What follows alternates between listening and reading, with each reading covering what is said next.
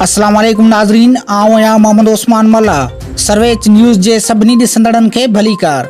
Bulletin में शामिल कंदासीं हिन वक्त जी हिकु अहम ख़बर। कंदकोट में सेहत जे आलमी ॾींहं जे मौक़े ते पेमा ऐं अल ख़िदमत जे मेज़बानी हेठि घंटाघर चौक खां प्रेस क्लब ताईं डॉक्टर अमानुल्लाह सहरियाणी, डॉक्टर ख़ालिद इलाही भुट्टो, गुलाम मुस्तफ़ा मीरानी ऐं डॉक्टर वक़ार ख्वाजा जे अॻवानीअ में रैली कढी वई, जंहिंमें शागिर्दनि समेत मुख़्तलिफ़ शोबनि सां तालुक़ रखंदड़ सियासी समाजी अॻवाननि शिरकत कई। रैली में शामिल शहरियुनि जे हथनि में किरोना खां बचाव जे हवाले सां प्ले कार्ड हुआ।